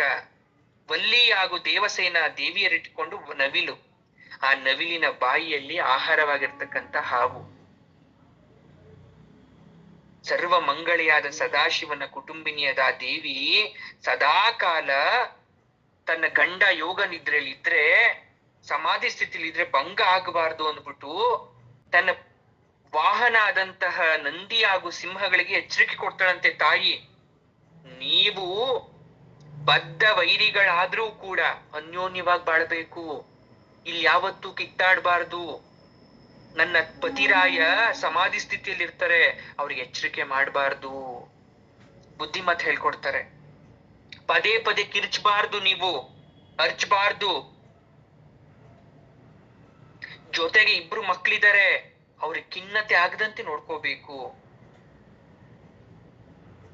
ಅವ್ರ ಪರಿವಾರದ ಮೇಲೂ ಕಣ್ಣಿಡ್ಬೇಕು ತಾಯಿ. ಇಲಿ ನವಿಲಿನ ಕರೆದು ಹೇಳ್ತಾಳಂತೆ ತಾಯಿ, ನೋಡಿ, ನಿಮ್ಮನ್ನ ನೋಡಿ ನನ್ನ ಮಕ್ಳು ಕಲಿತಾರೆ. ನೀವ್ ಕಿತ್ತಾಡಿದ್ರೆ ಅಣ್ಣ ತಮ್ಮಂದ್ರಾಗ ಅವ್ರು ಕಿತ್ತಾಡ್ತಾರೆ, ನೀವ್ ಕಿತ್ತಾಡಬಾರ್ದು. ಯಾವತ್ತು ಅನ್ಯೋನ್ಯವಾಗಿ ಹೋಗ್ಬೇಕು, ಮುಷ್ಟಿ ಯುದ್ಧಕ್ಕೆ ಯಾವತ್ತೂ ಇಳಿಬಾರ್ದು. ತರ್ಕ ಯಾವತ್ತು ಮಾಡಬಾರ್ದು, ನಾನೇ ಹೆಚ್ಚು ನೀನೇ ಹೆಚ್ಚು ಅಂತ ಯಾವತ್ತು ವಾದ ಮಾಡಬಾರ್ದು ಅಂತ ತಾಯಿ ಎಲ್ರಿಗೂ ಬುದ್ಧಿವಾದ ಹೇಳ್ಕೊಡ್ತಾ ಇದ್ದಾಳೆ ಸಂಸಾರದಲ್ಲಿ. ಶಿವ ತಾಂಡವ ನೃತ್ಯ ಮಾಡಿದ ತಕ್ಷಣ ನಾನು ನೃತ್ಯ ಮಾಡಕ್ ಹೋಗ್ತೀನಿ, ಗಂಡನಿಗೆ ಹೆಂಡತಿಯಾಗಿ ಸಾಥ್ ಕೊಡೋದಕ್ಕೆ, ಸಾಧ್ಸಕ್ಕಲ್ಲ. ಇಷ್ಟು ಮಂದಿಗೆ, ಮತ್ತಷ್ಟು ಪ್ರಾಣಿಕೋಟಿಗೆ ಊಟ ಏನು, ವಸತಿ ಏನು, ನಿದ್ರೆ ಏನು, ಮನಸ್ಸಿಗೆ ಸುಖ ಶಾಂತಿ, ಯಾರ್ಯಾರ ಅರ್ಹತೆ ಏನು, ಯಾರ್ಯಾರು ಪೂಜೆ ಕೊಡ್ತಾ ಇದ್ದಾರೆ, ಅದನ್ನ ಯಾವ ರೀತಿ ಸ್ವೀಕರಿಸ್ಬೇಕು, ಇಷ್ಟೆಲ್ಲ ತಾಯಿ ಗೃಹಿಣಿಯಾಗಿ ನಿರ್ವಹಿಸ್ಬೇಕು ಕೈಲಾಸದಲ್ಲಿ. ಇಷ್ಟೆಲ್ಲಾ ಕೆಲಸ ಮಾಡಿದ್ರೆ ತಾಯಿಗೆ ಆಯಾಸ ಆಗಲ್ವಾ? ಆಯಾಸ ಆದ್ರೂ ಆಗದೆ ಇರೋ ತರ ಮುಖದ ಮೇಲೆ ನಗು, ಕಿರುನಗೆ ಇರುತ್ತೆ ತಾಯಿಗೆ. ಎಲ್ರದ್ದು ಏನೋ ಒಂದು ಕೇಳಿಸ್ಕೊಂಡು ಕೋಪ ಬರಲ್ವಾ? ತಾಳ್ಮೆ ಕಳ್ಕೊಳಲ್ವಾ ತಾಯಿ? ಆದ್ರೂ ತಾಳ್ಮೆಯಿಂದ ಇರ್ತಾಳೆ ತಾಯಿ. ತನ್ನ ಗಂಡ ನಿರಾಮಯನಾಗಿದ್ರೆ ಅಥವಾ ಅವನು ಬಹಳ ಸಿಂಪಲ್ ಆಗಿದ್ರೆ ಹೆಂಡತಿ ಹಾಗಿರ್ಬೇಕು ಅಂತಲ್ಲ, ಅದಕ್ಕೆ ಸಾಥ್ ಕೊಡ್ಬೇಕು, ಅವಳಿಗೆ ಏನ್ ಬೇಕು ಅದನ್ನ ಅವಳು ಪಡ್ಕೋಬೇಕು, ಇರೋದ್ರಲ್ಲಿ ಸುಖ ಸಂತೋಷವಾಗಿರ್ಬೇಕು. ತಾಯಿ ಯೋಚನೆ ಮಾಡ್ತಾಳಂತೆ, ಯೋಗೀಶ್ವರನನ್ನ ವರಿಸಿದ ಕ್ಷಣದಲ್ಲೇ ಅವಳಿಗೆ ತೃಪ್ತಿ ಭಾವ ಉಂಟಾಗತ್ತಂತೆ. ನನ್ನ ಗಂಡ ಹಾಗೂ ನನ್ನ ಸಂಸಾರಕ್ಕಿಂತ ಬೇರೆ ಯಾವುದೂ ದೊಡ್ಡದಲ್ಲ, ಯಾವುದೂ ಹೆಚ್ಚಲ್ಲ, ಎಲ್ಲವನ್ನ ಸಂಭಾಳಿಸ್ಕೊಂಡು ಹೋಗ್ಬೇಕು ಅಂತ ತಾಯಿ ಯೋಚನೆ ಮಾಡ್ತಾಳಂತೆ. ಇದೆಲ್ಲ ಇವತ್ತಿನ ಹೆಣ್ಮಕ್ಳಿಗೆ ಪಾಠ. ಅವ್ರು ನೋಡ್ ಕಲಿರ್ಬೇಕು. ಯಾಕೆ ಹೇಳೋದು? ತಾಯಿ ನೋಡ್ ಕಲೀರಿ. ಒಂದ್ ಮನೆ ಅಂದ್ಮೇಲೆ ಗಂಡ, ಮಕ್ಕಳು, ಅತ್ತೆ, ಮಾವ, ಮೈದುನ, ನಾದಿನಿ, ಎಷ್ಟೋ ಸಂಬಂಧ. ಮದುವೆ ಆದ್ಮೇಲೆ ಮತ್ತೆ ಹೊಸ ಸಂಬಂಧ ಹುಟ್ಕೊಳೋದು. ಅಲ್ಲಿ ಎಲ್ರಿಗೂ ತಾಳ್ಮೆ ಮಾತನ್ನ ಹೇಳ್ತಾ, ಎಲ್ರ ಜೊತೆ ಅನ್ಸರ್ಸ್ಕೊಂಡು ಹೋಗ್ತಾ, ಎಲ್ರ ಜೊತೆ ನಗ್ನಗ್ತಾ ಹೋಗ್ತಾ, ಯಾರು ಏನೇ ಅಂದ್ರೂ ಕೂಡ ಅದನ್ನ ಒಂದ್ ಕಡೆ ಬಿಟ್ಟು ಮುಂದೆ ಹೋಗೋದಿದ್ಯಲ್ಲ, ಅದೇ ಗೃಹಿಣಿ ಕಾರ್ಯ. ತಾಳ್ಮೆ ಕಳ್ಕೊಂಡ್ಬಿಡ್ತೀರಾ, ಕೋಪ ಮಾಡ್ಕೊಂಡ್ಬಿಡ್ತೀರಾ, ಹುಚ್ಚರಂತೆ ಆಡಕ್ ಶುರು ಮಾಡ್ಬಿಡ್ತೀರಾ. ಸಂಸಾರ ಅಂತಕ್ಕಂಥದ್ದು ತುಂಬಾ ಪೈನು, ಇದು ಬೆಂಕಿ ಇದ್ದಂಗೆ ಅಂತ ನಿಮಗ್ ನೀವೇ ಅನ್ಕೊಳಕ್ ಶುರು ಮಾಡ್ತೀರಾ. ತಾಯಿ ಯಾವತ್ತು 2 ಮಕ್ಳಿದ್ರು ಎರಡನ್ನೂ ಸಮವಾಗಿ ನೋಡೋದು. ಹಾಗೆ ಪಾರ್ವತಾದೇವಿ ಕೂಡ ತನ್ನ ಸಂಸಾರವನ್ನ ನಿರಂತರವಾಗಿ ಸದಾಶಿವ ಮಂಗಳಕರವಾಗಿರೋದಂತೆ ಯಾರಿಗೂ ಕೈಲಾಸದ ಗುಟ್ಟನ್ನ ಹೊರಗಡೆ ಬಿಟ್ಕೊಡದೆ ತಾಯಿ ಬದುಕುದ್ಲು. ನಿಮ್ಮ ಮನೆ ಗುಟ್ಟನ್ನ ನೀವು ಬಿಟ್ಕೊಡದೆ ನೀವು ಬದುಕ್ಬೇಕು. ಯಾರ ಸಂಸಾರದಲ್ಲಿ ಗೃಹಿಣಿಯರು ತಮ್ಮ ಮನೆ ಗುಟ್ಟನ್ನ ಬಿಟ್ಕೊಡಲ್ವೋ ಅವ್ರ ಮನೆ ಯಾವಾಗ್ಲೂ ಚೆನ್ನಾಗಿರುತ್ತೆ. ನಿಮ್ಮ ಗಂಡಂದ್ರ ಬಗ್ಗೆನೆ ನೀವು ನೆಗೆಟಿವ್ ಹೇಳಕ್ ಶುರು ಮಾಡ್ತೀರಾ, ನಿಮ್ ಮಕ್ಳ ಬಗ್ಗೆ ನೀವು ತಪ್ಪಾಗಿ ಹೇಳಕ್ ಶುರು ಮಾಡ್ತೀರಾ, ನಿಮ್ ಸಂಸಾರದ ಬಗ್ಗೆ ತಪ್ಪಾಗಿ ಹೇಳಕ್ ಶುರು ಮಾಡ್ತೀರಾ, ಅದು ಪರರಿಗೆ ಆಹಾರ. ಗುಟ್ಟಿದ್ರೆ ಅದು ಆನಂದ. ಇದೆಲ್ಲ ಬಂದಿದ್ದು ಎಲ್ಲಿಂದ ಗೊತ್ತಾ? ಇದ್ಯಾವ್ದು ನಿಮ್ಗೆ ಗೊತ್ತಿಲ್ಲ ಅಂತಲ್ಲ, ಆ ಪಾರ್ವತಿ ಪರಮೇಶ್ವರನ್ನ ನೋಡಿ ನಾವು ಕಲಿತಿದ್ದು, ಆ ಸಂಸಾರವನ್ನ ನೋಡಿ ನಾವು ಕಲ್ತಿದ್ದು. 3 ಮನೆ, ಬ್ರಹ್ಮಂದೊಂದ್ ಮನೆ, ಶಿವಂದೊಂದ್ ಮನೆ, ಈ ವಿಷ್ಣುದೊಂದ್ ಮನೆ. ಹಾಗೆ ನಿಮ್ ಸುತ್ತ 3 ಜನದ ರೀತಿಯಾದಂತ ಜನ ಇರ್ತಾರೆ. ವಿಷ್ಣು ಮನೆ ತರ ಏನು ವೈಕುಂಠ, ಯಾವಾಗ್ಲೂ ಕೂಡ ಸುಪ್ಪತ್ತಿಗೆ ಒಡವೆ, ವಸ್ತ್ರ, ಹಣ ಎಲ್ಲ ಇದೆ. ಒಂದ್ ಕುಟುಂಬದವ್ರು ತುಂಬಾ ಚೆನ್ನಾಗಿ, ಇನ್ನೊಂದ್ ಕುಟುಂಬದವ್ರು ಎಲ್ಲ ಇದ್ರು ಏನು ಅನುಭವಿಸಲ್ಲ. ಬ್ರಹ್ಮಲೋಕ ಎಲ್ಲ ಇದೆ ಅವ್ರ ಮನೇಲಿ, ಬಟ್ ಅನುಭವಿಸಲ್ಲ. ಇನ್ನೊಂದ್ ಮನೆ ಏನೂ ಇಲ್ಲ, ಆದ್ರೆ ತುಂಬಾ ನೆಮ್ಮದಿಯಾಗಿದ್ದಾರೆ, ಇರೋದ್ರಲ್ಲೇ ತುಂಬಾ ಚೆನ್ನಾಗಿದ್ದಾರೆ, ಅದು ಶಿವಲೋಕ, ಕೈಲಾಸ. ನಿಮ್ಮ ಮನೆ ಕೈಲಾಸ ಮಾಡ್ಕೊಳ್ಳಿ ಅಂತ. ವೈಕುಂಠ ಬೇಡ ಅಂತಲ್ಲ, ವೈಕುಂಠನು ಮಾಡ್ಕೊಳ್ಳಿ. ಆದ್ರೆ ವೈಕುಂಠ ಇಲ್ವಾ, ಕೈಲಾಸ ದೊರಕಿದ್ಯಾ, ಅದ್ರಲ್ಲಿ ಯಾವ ತರ ನೀವು ಮುಂದುವರ್ಸ್ಕೊಂಡು ಹೋಗ್ತೀರಾ, ದಟ್ ಈಸ್ ವೆರಿ ಇಂಪಾರ್ಟೆಂಟ್. ಅದಕ್ಕೆ ಆಕೆಯನ್ನ ಇಷ್ಟ ಚೆನ್ನಾಗಿ ನಾವು ಕರೆಯೋದು. ಸಾಮಗಾನ ಪ್ರಿಯ ಅಂತ ಕರಿತೀವಿ. ಮಂದ್ರ, ಮಧ್ಯಮ, ಪಂಚಮ, ಷಡ್ಜಸ್ವರ ಹಾಡೋರ್ ಗೊತ್ತಿರುತ್ತೆ, ದಾಟಿಗಳು. ಅದೇ ತರ ವೇದ ಪಠಣ ಮಾಡ್ಬೇಕಾದ್ರೆ ಕೆಲವೊಂದ್ಸಲ ರೈಸ್ ಮಾಡ್ತೀವಿ, ಕೆಲವೊಂದ್ಸಲ ಕೆಳಗಡೆ, ಉದಾತ್ತ, ಅನುದಾತ್ತ. ಮಂತ್ರ ಹೇಳ್ಬೇಕಾದ್ರೆ ಒಂದೊಂದು ಹೈ ಪಿಚ್ಚಲ್ಲಿ ಹೇಳ್ತೀವಿ, ಲೋ ಪಿಚ್ಚಲ್ಲಿ ಹೇಳ್ತೀವಿ. ಇದೆಲ್ಲ ಯಾಕೆ ಅಂದ್ರೆ, ಸಾಮಗಾನ ಪ್ರಿಯ ಅಂದ್ರೆ ಆ ಗಾನ ಅಂತಕ್ಕಂಥದ್ದು ಹಲವಾರು ಬಗೆ. ಒಂದ್ ಮಗು ಮಲಗ್ಬೇಕಾದ್ರೆ ಯಾವ ಹಾಡು ಹೇಳ್ಬೇಕು? ರೌದ್ರ ಹಾಡು ಹೇಳ್ತೀರಾ, ಬೀಭತ್ಸವಾಗಿರ್ತಕ್ಕಂಥದ್ದು ಹೇಳ್ತೀರಾ, ಅಥವಾ ಪ್ರೇಮ ತುಂಬಿರೋ ಪ್ರಣಯ ರಾಗ ಹೇಳ್ತೀರಾ, ಅಥವಾ ಮಗು ಮಲ್ಕೊಂತಕ್ಕಂತ ಶಾಂತಿಯುತವಾದ ಜೋಗುಳಾಡ್ ಹೇಳ್ತೀರಾ? ನೋಡಿ ಹಾಡಲ್ಲಿ ಎಷ್ಟು ವಿಧ. ಸಾಮಗಾನ ಪ್ರಿಯ ಅಂದ್ರೆ ಎಲ್ಲಾ ರೀತಿಯಾದಂತಹ ಗಾನಗಳನ್ನ ಇಷ್ಟಪಡ್ತಕ್ಕಂಥವ್ಳು. ತುಂಬುರನ ಗಾನ, ನಾರದ ಮಹರ್ಷಿ ನಾರಾಯಣನ ನಾಮ ಸಂಕೀರ್ತನೆ ಆಗ್ತಾ ಇರ್ತಾರೆ, ಮಹತಿ ವೀಣಾನಾದ ಅಂತ ಕರಿತೀವಿ. ಇನ್ನು ಸರಸ್ವತಿ ದೇವಿಯ ಕಚ್ಚಪಿ ವೀಣೆಯಿಂದ ಹೊಂದತಕ್ಕಂಥ ರಾಗ ಗಂಧರ್ವ ರಾಗ. ಎಲ್ಲ ರಾಗ ಎಲ್ಲಾವುದು ಇದೆಯಲ್ಲ, ಅದಕ್ಕೆಲ್ಲ ಸ್ವರ ಅಧಿಷ್ಠಾನ ದೇವತೆ ಆಗಿರ್ತಕ್ಕಂಥದ್ದು ಸಾಮಗಾನ ಪ್ರಿಯ ಆದಂತ ಶ್ರೀಮಾತಾ. ನೋಡಿ, ಇಷ್ಟೆಲ್ಲ ಕಲಿಬೇಕು, ಪರ್ಫೆಕ್ಷನ್ ಆಗ್ಬೇಕು ಅಂದ್ರೆ 6 ಸಂವತ್ಸರ ಬೇಕು. ವೇದ ಮಾತೆ ಶ್ರೀಮಾತೆ ಸಾಮೂಹಿಕ ಲಲಿತಾ ಸಹಸ್ರನಾಮ ಪಾರಾಯಣ, ಸಾಮೂಹಿಕ ವಿಷ್ಣು ಸಹಸ್ರನಾಮ ನೀವು ಪಾರಾಯಣ ಮಾಡ್ತಾ ಇದ್ರೆ, ಮಂತ್ರ ಪುಷ್ಪ ಪಾರಾಯಣ ಮಾಡ್ತಾ ಇದ್ರೆ, ಎಲ್ಲ ಕಡೆ ನೋಡಿ ಕಂಠಸ್ವರ ಒಂದೇ ರೀತಿ ಇರುತ್ತೆ, ಒಂದೇ ಸ್ಥಾಯಿಲಿ ಇರುತ್ತೆ. ವಿಷ್ಣು ಸಹಸ್ರನಾಮ ಪಾರಾಯಣ ಮಾಡ್ತಿದ್ರೆ ಯಾರೇ ಹೇಳಿದ್ರು ಒಂದೇ ದಾಟಿಲಿ ಇರುತ್ತೆ. ಲಲಿತಾ ಸಹಸ್ರನಾಮ ಹೇಳ್ತಿದ್ರೆ ಒಂದೇ ಇರುತ್ತೆ. ಸೌಂದರ್ಯಲಹರಿ ಬದಲಾವಣೆ ಮಾಡ್ಕೊಂಡಿರ್ಬೋದು ಕೆಲವೊಬ್ಬರಾದ್ರೆ, ಒಂದು ರೂಲ್ ಅಂತ ಇರುತ್ತೆ, ಅದೇ ಇರುತ್ತೆ. ಈ ಎಲ್ಲದ್ರಲ್ಲೂ ಗಾನ ಲೋಲುಪ್ಪಳಾಗಿ ಸಾಮಗಾನ ಪ್ರಿಯಳಾಗಿ ತಾಯಿ ನಮ್ಮ ಹೃದಯದಲ್ಲಿ ನೆಲೆಸಿರ್ತಾಳ ಆ ಸಮಯದಲ್ಲಿ ನಾವು ಪಾರಾಯಣ ಮಾಡ್ಬೇಕಾದ್ರೆ ಅಂತ ವಶಿನ್ಯಾದಿ ವಾಗ್ದೇವತೆಗಳು ಹೇಳ್ತಕ್ಕಂಥ ಮಾತು. ಇನ್ನು ವಿಶೇಷವಾಗಿ ಹೇಳ್ಬೇಕು ಅಂದ್ರೆ ಸವ್ಯಾಪಸವ್ಯ ಮಾರ್ಗಸ್ಥ ಮಾರ್ಗ ಪಾತ್ ಸವ್ಯಾಪವಸ್ಥ ಇಡ ಪಿಂಗಳ ನಾಡಿ ಸುಷುಮ್ನ ನಾಡಿಗೆ ಎಡ ಬಲಗಡೆ ಇದೆ. ಆ ನಾಡಿಗಳಲ್ಲಿ ಗಾಳಿ ಸಂಚಾರ ಆಗ್ತಾ ಇರತ್ತೆ ಹೇಳಿದೀನಿ. ಹಂಸರೂಪಿಣಿಯಾದಂತಹ ಶ್ರೀಮಾತೆ ಸಂಚಾರ ಮಾಡ್ತಾ ಇರ್ತಾಳೆ. ಈ ಸವ್ಯಾಪಸವ್ಯ ಮಾರ್ಗಸ್ಥ ಅಂದ್ರೆ ಮಾನವರು ತುಂಬಾ ನಾವ್ ಇದೀವಿ, ದೇವ್ರ ಪೂಜೆ ಮಾಡ್ತೀವಿ, ವ್ರತ ಮಾಡ್ತೀವಿ, ಯಜ್ಞ ಮಾಡ್ತೀವಿ, ಯಾಗ ಮಾಡ್ತೀವಿ, ಪಿತೃದೇವತೆಗಳ ಋಣ ತೀರ್ಸ್ಬೇಕು ಅಂತ ಶ್ರಾದ್ದ ಕರ್ಮ ಮಾಡ್ತೀರಾ, ತರ್ಪಣ ಕೊಡ್ತೀರಾ ನೀವು. ಆದ್ರೆ ಜಗನ್ಮಾತೆ ಶ್ರೀವಿದ್ಯೆಯ ಸಂಪ್ರದಾಯದಲ್ಲಿ ದಕ್ಷಿಣಾಚಾರ ಪದ್ಧತಿ, ವಾಮಾಚಾರ ಪದ್ಧತಿ ಅಂತ ಬಹಳ ಪದ್ಧತಿಗಳಿದೆ. ನೀವು ಯಾವುದೇ ಮಾರ್ಗದಲ್ಲಿ ತಾಯಿನ ಆರಾಧನೆ ಮಾಡಿದ್ರು ಕೂಡ ಆಕೆ ಸವ್ಯಾಪಸವ್ಯ ಮಾರ್ಗಾಸ್ತೆ ಅಂದ್ರೆ ಎನಿ ಪಾತ್, ಯಾವುದೇ ದಾರಿಲಿ ನೀವು ಪೂಜೆ ಮಾಡಿದ್ರು ತಾಯಿ ನಿಮ್ಮನ್ನ ಕಾಪಾಡ್ತಾಳೆ. ದೇವ ಮನುಷ್ಯ ಭೂತ ಋಷಿ ಪಿತೃ ಯಜ್ಞ, ಯಾವುದೇ ಯಾರೇ ಪೂಜೆ ಮಾಡೋರು ಪಿತೃಗಳಾಗಿರ್ಬೋದು. ಅವ್ರ ಪಿತೃಗಳು ಅಂದ್ರೆ ಅಥವಾ ಶರೀರ ಕಳ್ಕೊಂಡಿರ್ತಕ್ಕಂಥ ಒಂದು ಗಾಳಿ ಪೂಜೆ ಮಾಡಿದ್ರು ಕೂಡ, ಪ್ರಾರ್ಥನೆ ಮಾಡಿದ್ರು ಕೂಡ ತಾಯಿ ಸ್ವೀಕರಿಸ್ತಾಳೆ. ಒಬ್ಬೊಬ್ರು ಒಂದೊಂದು ಋಷಿ ಎಂತಕ್ಕೆ ಅವ್ರಿಗೇನೋ ಬೇಕು ಪೂಜೆ ಮಾಡ್ತೀವಿ, ನಾವೆಂತೂ ಪೂಜೆ ಮಾಡ್ತೀವಿ, ದೇವತೆಗಳು ಎಂತೂ ಪೂಜೆ ಮಾಡ್ತಾರೆ, ಭೂತ ಎಂತೂ ಪೂಜೆ ಮಾಡುತ್ತೆ. ಯಾರು ಯಾವ್ದಕ್ ಪೂಜೆ ಮಾಡ್ತಾರೋ ಅಂತವರಿಗೆ ಋಣ ವಿಮುಕ್ತಿ ಮಾಡ್ತಕ್ಕಂಥ ತಾಯಿಯನ್ನ ನಾವು ದಕ್ಷಿಣ ಮಾರ್ಗ ರೂಪಿಣಿ ಅಥವಾ ಸವ್ಯಾಪಸವ್ಯ ಮಾರ್ಗಸ್ಥ ಅಂತ ಕರಿತೀವಿ. ಸವ್ಯಾಪಸವ್ಯ ಮಾರ್ಗಗಳು ತುಂಬಾ ಇದೆ, ಅದ್ರಲ್ಲಿ 2 ಮೈನ್ ಆಗಿ ಹೇಳ್ತಕ್ಕಂಥದ್ದು. ಅದ್ರ ಬಗ್ಗೆ ನಾವೀಗ ಡಿಸ್ಕಸ್ ಮಾಡೋದ್ ಬೇಡ. ವಾಮಾಚಾರದ ಬಗ್ಗೆ ಹೇಳಬಾರ್ದು. ಸರ್ವ ಪದ್ವಿ ನಿವಾರಣಿ ಅಂದ್ರೆ ಆ ದೇವಿಯ ಪಾದ ಕಮಲಗಳನ್ನ ಭಕ್ತಿಯಿಂದ ಯಾರು ಆಶ್ರಯಿಸ್ತಿರೋ ಅವ್ರನ್ನ ಕಾಪಾಡ್ತಾಳೆ. ಸ್ವಾತ್ಮ ರಾಮ ತನ್ನಲ್ಲೇ ತಾನಿರ್ತಕ್ಕಂಥ ದೇವಿ ಸ್ವಸ್ಥ, ನಮ್ಮೊಳಗಡೆ ದೇವಿ ಇದ್ದಾಳೆ, ದರ್ಶನ ಆಗ್ಬೇಕಲ್ಲ, ಅದು ಆಕೆ ದರ್ಶನವನ್ನ ಕೊಡ್ತಾಳೆ. ನಾವೇನೇ ತಪ್ಪು ಮಾಡಿದ್ರು ಕೂಡ ಕ್ಷಮಿಸ್ತಕ್ಕಂಥ ಮೃದು ಮಧುರ ಸ್ವಭಾವ ಇರ್ತಕ್ಕಂಥವಳು, ಹಲವಾರು ಪಾಂಡಿತ್ಯವನ್ನ ಹೊಂದಿರ್ತಕ್ಕಂಥವಳು ಅಂತ ಅರ್ಥ ಆಗುತ್ತೆ.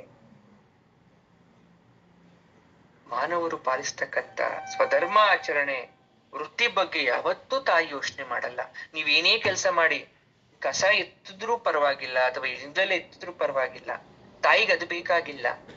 ಮನಸ್ಸಲ್ಲಿ ಅರ್ಘ್ಯ ಜಲ ಪಾದ್ಯ ಆಚಮನಗಳನ್ನ ಮಾಡ್ಕೊಳ್ಳಿ, ನೀವು ತಾಯಿ ಕಾಪಾಡ್ತಾಳೆ. ಆದ್ರೆ ಒಂದು ಅಹಿಂಸೆ ಇರಬಾರ್ದು. ಯಾವ್ಯಾವ ಹೂನ ಚೈತನ್ಯ ಕುಸುಮ ಪ್ರಿಯ ಅಂತ ಒಂದು ನಾಮ ಇದೆ, 170ನೇ ಶ್ಲೋಕ. ಹಂಗಂದ್ರೆ ಏನ್ ಗೊತ್ತಾ ನಿಮ್ಗೆ? ಚೈತನ್ಯ ಕುಸುಮ ಪ್ರಿಯ ಅಂದ್ರೆ ತಾಯಿಗೆ ಕೆಲವೊಂದಷ್ಟು ಹೂ ತುಂಬಾ ಇಷ್ಟ. ಮನುಷ್ಯರಿಂದ ಹೂ ಬೇಕು, ನೀವು ಹೂ ಕೊಡ್ಬೇಕ. ಯಾವ ಹೂವ ಕೊಡ್ತೀರಾ ಗೊತ್ತಾ ನೀವು? ಅಹಿಂಸಾ ಪ್ರಥಮ ಪುಷ್ಪಂ ಪುಷ್ಪಮಿಂದ್ರಿಯ ನಿಗ್ರಹಂ ಸರ್ವಭೂತದಯ ಪುಷ್ಪಂ ಕ್ಷಮಾ ಪುಷ್ಪಂ ವಿಶೇಷತಃ ಶಾಂತ ಪುಷ್ಪಂ ತಪಃ ಪುಷ್ಪಂ ಧ್ಯಾನ ಪುಷ್ಪಂ ತಥೈವ ಚ ಸತ್ಯಮಷ್ಟವಿಧಂ ಪುಷ್ಪಂ ವಿಷ್ಣು ಪ್ರೀತಿಕರಂ ಭವೇತ್. ಅಹಿಂಸೆ, ಇಂದ್ರಿಯ ನಿಗ್ರಹ, ಸರ್ವಭೂತದಯೇ, ಕ್ಷಮೆ, ಶಾಂತಿ, ತಪಸ್ಸು, ಧ್ಯಾನ, ಸತ್ಯ. ಈ 8 ಅಷ್ಟವಿಧ ಪುಷ್ಪಗಳು ಅಂದ್ರೆ ತಾಯಿಗೆ ತುಂಬಾ ಇಷ್ಟ. ಈ 8 ವಿಧದ ಪುಷ್ಪಗಳು ಯಾವ ತೋಟದಲ್ಲೂ ಸಿಗಲ್ಲ, ಯಾವ ವನದಲ್ಲೂ ಸಿಗಲ್ಲ. ಕೇವಲ ನಮ್ಮ ಹೃದಯದಲ್ಲಿ ಹುಟ್ಟಾಕ್ಬೇಕು. ಹೃದಯದಲ್ಲಿ ಬೀಜ ಹಾಕಿ, ನೀರ್ ಹಾಕಿ, ಗೊಬ್ಬರ ಹಾಕಿ ಹುಟ್ಟಿದ್ರೆ ಮಾತ್ರ ಅದು ದೇವಿಗೆ ಸಮರ್ಪಣೆ ಮಾಡಕ್ ಸಾಧ್ಯ. ಮಹಾವಿಷ್ಣುವಿಗಾದ್ರೂ ಅರ್ಪಿಸಿ, ಜಗನ್ಮಾತ್ರೆಗಾದ್ರೂ ಅರ್ಪಿಸಿ, ಬಹಳ ಪ್ರೀತಿಯಿಂದ ಸ್ವೀಕರಿಸ್ತಾರೆ ಇದನ್ನ. ಹಿಂಸೆ ಮಾಡ್ಬೇಡಿ. ನಿಮ್ಮೇಲೆ ನಿಮ್ ಕಂಟ್ರೋಲ್ ಇರ್ಲಿ, ಎಲ್ರ ಮೇಲೂ ದಯೆ ಇರ್ಲಿ, ಕ್ಷಮಾಗುಣ ಕಲ್ತ್ಕೊಳ್ಳಿ, ಶಾಂತಿ ಇರ್ಲಿ, ತಪಸ್ ಮಾಡೋದನ್ನ ಕಲ್ತ್ಕೊಳ್ಳಿ. ತಪಸ್ಸು ಅಂದ್ರೆ ಕಾಯ್ಬೇಕು ಯಾವ್ದಕ್ಕೆ ಆದ್ರೂ ಕೂಡ, ಒಂದು ದಿನದಲ್ಲಿ ಏನೂ ಆಗಲ್ಲ. ಧ್ಯಾನ, ಸತ್ಯ ಇಷ್ಟಿಟ್ಕೊಳ್ಳಿ. ಇಷ್ಟು 8 ಹೂಗಳನ್ನ ತಾಯಿ ಪಾದಕ್ಕೆ ಅರ್ಪಣೆ ಮಾಡಿ, ನೀವು ಕೇಳಿದ್ದೆಲ್ಲ ತಾಯಿ ವರಪ್ರಸಾದವನ್ನ ಕೊಡ್ತಾರೆ. ಇದು ನಮ್ಮ ಕರ್ಮ. ಇದನ್ ಮಾಡಿದವರು ಸುಖವಾಗಿದ್ದೇ ಇರ್ತಾರೆ. ಅಥವಾ ಸುಖವಾಗಿಲ್ಲ ಅಂದ್ರೂ ಸುಖ ಇದೆ ಅಂತ ಅವ್ರಿಗೆ ಅನ್ಸ್ಬಿಡುತ್ತೆ. ಕಷ್ಟ ಇದೆ ಅಂತ ಅವ್ರಿಗೆ ಯಾವತ್ತೂ ಅನ್ಸ್ಲಿಕ್ಕೆ ಸಾಧ್ಯನೇ ಇಲ್ಲ. ಈ ಚೈತನ್ಯಾರ್ಘ ಸಮಾರಾಧ್ಯ, ಚೈತನ್ಯ ಕುಸುಮ ಪ್ರಿಯ ಅನ್ನಕ್ಕಂತ ನಾಮ ಮಾನವನ ಜೀವನಕ್ಕೆ ಒಂದು ಮಾರ್ಗಸೂಚಿ ಇದ್ದಂಗೆ, ಒಂದು ಡೈರೆಕ್ಷನ್ ಇದ್ದಂಗೆ, ನಮ್ಮ ಕರ್ತವ್ಯವನ್ನ ಬೋಧಿಸ್ತಕ್ಕಂಥದ್ದು. ಒಂದ್ ಕತೆ ಹೇಳ, ಎಲ್ರಿಗೂ ಗೊತ್ತಿದೆ ಕತೆ, ಆದ್ರೂ ಹೇಳ್ತೀನಿ. 7 ಬೆಟ್ಟಗಳ ಒಡೆಯ ಸಪ್ತಗಿರಿ ವಾಸ ಶ್ರೀ ವೆಂಕಟೇಶ, ಆ ವೆಂಕಟೇಶ್ವರನ ಭಕ್ತರಾದಂತಹ ಅನಂತಾಚಾರ್ಯರು ಏನಾಗತ್ತೆ ಅಂದ್ರೆ, ಸ್ವಾಮಿಗೆ ಪ್ರತಿದಿನ ಹೂಮಾಲೆಯನ್ನ ಕೊಡ್ತಾ ಇರ್ತಾರೆ. ಸ್ವಾಮಿಗೆ ಅಲಂಕಾರಕ್ಕೆ ಹೂ ಕೊಡ್ತಾ ಇರ್ತಾರೆ ಅನಂತಾಚಾರ್ಯರು. ಪ್ರತಿದಿನ ಹೂತೋಟವನ್ನ ಬೆಳೆಸಿ ಶ್ರದ್ಧಾ ಭಕ್ತಿಗಳಿಂದ ಹೂವನ್ನ ಕಿತ್ಕೊಂಡು ಹೂಮಾಲೆ ಕಟ್ಟಿ ಸಮರ್ಪಣೆ ಮಾಡ್ತಾ ಇರ್ತಾರೆ. ಒಂದ್ಸಲ ಹೂ ಗಿಡಕ್ ಪಾತಿ ಮಾಡ್ಬೇಕು, ಅದ್ರ ಸುತ್ತ ಎಲ್ಲ ಸ್ವಲ್ಪ ಅಗದು ಬಿಟ್ಟು ಅದಕ್ಕೆ ಕಾಂಪೋಸ್ಟ್, ಗೊಬ್ಬರ, ನೀರು ಎಲ್ಲ ಹಾಕ್ಬೇಕು ಅಂದ್ಬಿಟ್ಟು ಆಯುಧಗಳನ್ನ ತಗೊಂಡು ಸಂಖ್ಯೆ, ಪಿಕಾಸಿ ಎಲ್ಲ ತಗೊಂಡು ಹೋಗ್ತಾರೆ. ಕೆಲ್ಸ ಎಲ್ಲ ಮಾಡ್ತಾರೆ.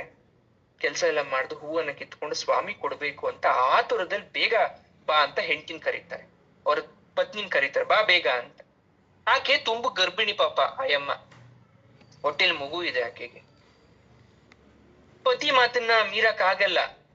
ಮಣ್ಣು ತುಂಬಿದ ಬಾಣಲೆಯನ್ನ ತಲೆ ಮೇಲೆ ಇಟ್ಕೊಂಡು ಬರ್ತಾ ಇರ್ತಾಳೆ. ಇನ್ನು ಬಾ ಬಾ ಬಾ ಅಂತ ಆತ ತುಂಬಾ ಬೇಗ ಬೇಗ ಬೇಗ ಕರೀತಾ ಇರ್ತಾನೆ. ತನ್ನ ಗಂಡ ಬೇಗ ಬೇಗ ಕರೆಯೋದ್ ನೋಡಿ ಗಾಬರಿಗೊಳಗಾಗ ಆ ತಾಯಿ ನಡ್ಕೊಂಡು ಹೋಗಿ ಹೋಗಿ ಎಚ್ಚರ ತಪ್ಪಿ ಬಿದ್ದು ಬಿಡ್ತಾರೆ. ಬಿದ್ದೋದ್ರೆ ಆ ವೆಂಕಟೇಶ್ವರ ಸ್ವಾಮಿ ತನ್ನ ಅಪಾರ ದಯಾವರ್ಷದಿಂದ ಆ ತಾಯಿಯನ್ನ ಸಮಾಧಾನ ಪಡಿಸಿ ಮಲಗಿಸಿ ನಿದ್ರೆ ಬರೋ ತರ ಮಾಯೆಗೆ ಒಳಪಡಿಸ್ಬಿಡ್ತಾರೆ. ಆ ತಾಯಿಯ ವೇಷವನ್ನ ಧರಿಸ್ಕೊಂಡು ಆ ಮಣ್ಣು ತುಂಬಿದ ಆ ತಟ್ಟೆ ಅಥವಾ ಮಂಕರಿಯನ್ನ ಹೊತ್ಕೊಂಡು ಅನಂತಾಚಾರ್ಯರ ಬಳಿಗೆ ಹೋಗ್ತಾರೆ. ಇಷ್ಟೆಲ್ಲ ಆಗೋಷ್ಟರಲ್ಲಿ ತಡ ಆಗೋಯ್ತು. ಆಕೆ ಎಚ್ಚರ ತಪ್ಪು ಬಿದ್ರು. ಎಚ್ಚರ ತಪ್ಪು ಬಿದ್ದಿದ್ದು ಅನಂತಾಚಾರ್ಯರ ಗೊತ್ತಿಲ್ಲ. ಅವ್ರು ಕಾರ್ಯ ಮಾಡ್ತಾ ಇದಾರೆ, ಮಗ್ನರಾಗ್ಬಿಟ್ಟಿದ್ದಾರೆ. ಈ ಕಡೆ ಆ ತಾಯಿ ಬಿದ್ಮೇಲೆ ವೆಂಕಟೇಶ್ವರ ಸ್ವಾಮಿ ಬಂದು ಆಕೆಯನ್ನ ಎತ್ತಿ ಮಂಚದ ಮೇಲೆ ಮಲಗಿಸಿ ನಿದ್ರೆ ಬರೋ ತರ ಮಾಡಿ ಆಕೆಯ ವೇಷ ಸ್ವಾಮಿ ಧರಿಸಿ ಹೋಗೋಷ್ಟರಲ್ಲಿ ಸ್ವಲ್ಪ ತಡ ಆಯ್ತು. ಅನಂತಾಚಾರ್ಯರಿಗೆ ಪತ್ನಿಯ ಮೇಲೆ ಕೋಪ ಬಂದ್ಬಿಡ್ತು. ಯಾವಾಗ ಕರೆದಿದ್ದು, ಯಾವಾಗ ಬಂದ್ರು? ಇದೇನ್ ದೇವ್ರ ಸೇವೆ ಅನ್ಕೊಂಡಿದ್ಯಾ ಇಲ್ಲ ಸಾಧಾರಣ ಕೆಲಸ ಅಂತ ಅನ್ಕೊಂಡಿದ್ಯಾ ನೀನು? ಅಲ್ಲಿ ನನ್ ಸ್ವಾಮಿಗೆ ಹೂಮಾಲೆಗಳನ್ನ ತೊಡೋದು ಕಷ್ಟ ಆದ್ರೆ ಅಥವಾ ತಡ ಆಗೋದ್ರೆ ಅಲ್ಲಿರೋ ಆ ಸ್ವಾಮಿಗೆ ಎಷ್ಟು ಬೇಜಾರಾಗುತ್ತೆ ಗೊತ್ತಾ ನಿನಗೆ ಅಂತ ಸಿಟ್ಟಿನಿಂದ ಬೈದು ಬಿಟ್ಟು ಪಕ್ಕದಲ್ಲಿ ಸನಿಕೆ ಇತ್ತಲ್ಲ ಒಂದು ಕಬ್ಬಿಣದ್ದು, ತೆಗೆದು ಬಿಟ್ಟು ತಲೆಗೆ ಹೊಡೆದು ಬಿಟ್ರು. ಅಂದ್ರೆ ಒಡೆಯೋದು ಅಂದ್ರೆ ಎಸೆದು ಬಿಟ್ರು ಕೋಪದಲ್ಲಿ. ಆ ತಪ್ಪಿಸ್ಕೊಳಕ್ಕೆ ಪ್ರಯತ್ನಿಸಿದ ಪರಂಧಾಮ ಅನಂತಾಚಾರ್ಯರಾಗಿ ಮಣ್ಣು ಬಾಂಡ್ಲೆಯನ್ನ ಹೊತ್ತಿದ್ದ ಸ್ವಾಮಿ ಈ ಮುಖ ಈ ತರ ಅಂದಾಗ ಸನಿಕೆ ಹೋಗಿ ಗದ್ದಕ್ಕೆ ಬಡಿದು ಬಿಡ್ತು. ಗಾಯವಾಗಿ ರಕ್ತ ಹರಿದು ಬಿಡುತ್ತೆ ಸ್ವಾಮಿ ಗದ್ದದಿಂದ. ಅಬ್ಬಾ ಅಂತ ಕಿರ್ಚಿ ಕೆಳಕ್ಕೆ ಬಿದ್ದೋದ ಸ್ವಾಮಿ. ಭಕ್ತವತ್ಸಲನಾದ ಶ್ರೀ ವೆಂಕಟೇಶ್ವರ ಅನಂತಾಚಾರ್ಯರ ಹೃದಯದಲ್ಲಿ ಯಾವಾಗ ಸ್ವಾಮಿ ಅಬ್ಬಾ ಅಮ್ಮ ಅಂತ ಕೆಳಗಡೆ ಬಿದ್ದೋದ್ರೋ, ಯಾರೋ ಯಾತನೆ ಮಾಯವಾದ ಕೂಗು ಅವ್ರ ಹೃದಯಕ್ಕೆ ಮುಟ್ಟುಬಿಡ್ತು. ಇದೇನು ಗಂಡಸಿನ ಧ್ವನಿ ಅಂತ ಇದೆಯಲ್ಲ, ಯಾರೋ ಗಂಡಸ್ರು ಕೂಗ್ದಂಗಾಯ್ತಲ್ಲ. ಎಷ್ಟೇ ಕೂಗು ಬಂದ ಕಡೆ ಧಾವಿಸ್ತಾರೆ ಅನಂತಾಚಾರ್ಯರು. ಹೋಗ್ತಾ ಇದೆ ರಕ್ತ. ಆಗ ನಾಮದ ಗಡ್ಡೆ ಇರುತ್ತೆ, ಆ ನಾಮದ ಗಡ್ಡೆಯನ್ನ ಪುಡಿ ಮಾಡಿ ಗಾಯವಾದ ಕಡೆ ಗಟ್ಟಿಯಾಗಿ ಒತ್ತಿಡ್ಕೊಂತಾರೆ. ಆಗ ಆತನ ಕೈಗೆ ಬೆಳಗಿನ ಜಾವದ ಮುಸುಕು ಬೆಳಕಿನಲ್ಲಿ ಶ್ರೀ ವೆಂಕಟೇಶ್ವರನ ತಲೆಯ ಮೇಲಿರೋ ಕಿರೀಟ, ಪುರುಷನಿಗೆ ಅಂದ್ರೆ ಒಬ್ಬ ಗಂಡಸಿನ ಕೆನ್ನೆ ಯಾವ ರೀತಿ ಇರ್ಬೇಕೋ ಆ ಕಠಿಣವಾದ ಕಪೋಲಗಳ ಸ್ಪರ್ಶ ಆಗೋಯ್ತು. ಚಕಿತರಾದಂತಹ ವ್ಯಕ್ತಿ ಕಡೆ ನೋಡ್ತಾರೆ, ಅಲ್ಲಿದ್ದಿದ್ದು ಅವರ ಪತ್ನಿಯಲ್ಲ, ಸಾಕ್ಷಾತ್ ಶ್ರೀ ವೆಂಕಟೇಶ್ವರ ಸ್ವಾಮಿ. ತನಗಾಗಿ ಮಣ್ಣು ತಟ್ಟೆಯನ್ನ ಹೊತ್ಕೊಂಡು ಭಕ್ತನಿಗಾಗಿ ಕಠಿಣ ಶ್ರಮವನ್ನು ಪಟ್ಟ ದೇವ್ರು, ದೈವ ಸ್ಪರ್ಶವಾಗಿ ದೇವರನ್ನು ಮುಟ್ಟಿರೋ ಸ್ಪರ್ಶವಾಗಿ ಅನುಗ್ರಹಿತರಾದಿ ಅನಂತಾಚಾರ್ಯರಿಗೆ ವಿದ್ಯಾಗಂಧವಿಲ್ದಂತ ಅನಂತಾಚಾರ್ಯ ಆ ಕ್ಷಣ ಸ್ವಾಮಿಯ ಪಾದಕ್ಕೆ ಬಿದ್ದು ಬಿಡ್ತಾರೆ. ಏನು ಗೊತ್ತಿಲ್ದಿರೋ ಅನಂತಾಚಾರ್ಯರ ಬಾಯಿಂದ ಕವಿತ್ವ ಧಾರೆ ಹರಿಯತೊಡಗುತ್ತೆ. ಸ್ವಾಮಿಯನ್ನ ನಾನಾ ವಿಧವಾಗಿ ಸ್ತುತಿಸಲಿಕ್ಕೆ ಶುರು ಮಾಡ್ತಾರೆ ಶ್ಲೋಕಗಳ ರೂಪದಲ್ಲೇ. ಸ್ವಾಮಿ, ನನ್ನ ಈ ಅಪರಾಧವನ್ನ ಕ್ಷಮಿಸಪ್ಪ, ನಿನ್ನನ್ನ ಗಾಯಪಡಿಸಿದ್ನಲ್ಲ ಅಂತ ಗೋಳಾಡ್ತಾರೆ. ಆಗ ಸ್ವಾಮಿ ನಕ್ಕಿ, ಈ ಗಾಯ ನನಗೆ ಆಭರಣವಾಗಿ ಅಲಂಕಾರವಾಗಿ ನಾನು ಮಾರ್ಪಾಟ್ ಮಾಡ್ಕೊಂತೇನೆ, ಪರವಾಗಿಲ್ಲ, ಇದು ನನ್ನ ಅಲಂಕಾರ ಆಗ್ಲಿ. ಕಪ್ಪಗಿನ ನನ್ನ ಗದ್ದಕ್ಕೆ, ಕಪ್ಪಗಿರೋ ನನ್ನ ಮುಖಕ್ಕೆ ನೀನು ಒತ್ತಿರೋ ನಾಮದ ಪುಡಿ ಬೆಳ್ಳಗಿದೆ. ಆ ಬೆಳ್ಳಗಿರೋದ್ರಿಂದ ನನ್ನ ಮುಖಕ್ಕೆ ಒಂದು ಕಾಂತಿ ಬಂದಿದೆ, ವಿಚಿತ್ರವಾದ ಶೋಭೆ ನೀಡ್ತಾ ಇದೆ. ಯಾವ ದೇವರಿಗೂ ಈ ರೀತಿ ಅಲಂಕಾರ ಇಲ್ಲ, ಆದ್ರೆ ವಿಶೇಷವಾದ ಅಲಂಕಾರವನ್ನ ಇವತ್ತು ನೀನ್ ಮಾಡ್ಬಿಟ್ಟೆ ಅಂತ ಸಮಾಧಾನ ಪಡಿಸ್ತಾರೆ ಸ್ವಾಮಿಯವರು. ಅಂದಿನಿಂದ ಇಂದಿನ ತನಕ ಶ್ರೀ ವೆಂಕಟೇಶ್ವರರ ಗದ್ದದ ಬಳಿ ಬಿಳಿ ಚೂರ್ಣ ವಿಶೇಷ ಅಲಂಕಾರವಾಗಿದೆ. ತಿಮ್ಮಪ್ಪ ಗೋವಿಂದ ಅಂದಿದ ತಕ್ಷಣ ಗದ್ದದ ಮೇಲಿರ್ತಕ್ಕಂಥ ಬಿಳಿಯ ಅಚ್ಚು ನಮಗೆ ನೆನಪಾಗತ್ತೆ. ಇವತ್ತು ಪಚ್ಚಕರ್ಪೂರ ಹಾಗೂ ನಾಮದಿಂದ ಇವತ್ತು ಒತ್ತುತ್ತಾರೆ ಸ್ವಾಮಿಗೆ ತಿರುಪತಿಯಲ್ಲಿ. ಚಿರಮುದ್ರೆ ಇವತ್ತು ಭಕ್ತರು ಸಂತೃಪ್ತಿಯಿಂದ ನೀಡಿದ್ದು, ಅಥವಾ ಸ್ವಾಮಿಗಾಗಿ ದೇವರಿಗಾಗಿ ನೀವೇನಾದ್ರೂ ನಿಜವಾಗ್ಲೂ ಮಾಡ್ತಾ ಇದ್ರೆ, 100% ಎಫರ್ಟ್ ಇಂದ ಮಾಡ್ತಾ ಇದ್ರೆ, ಅದು ಸ್ವಾಮಿ ಕೆಟ್ಟದಾದ್ರೂ ಸ್ವೀಕರಿಸ್ತಾರೆ. ಹಾಗಾಗಿ ಆಕೆ ಬಹಳ ವಿಶೇಷ.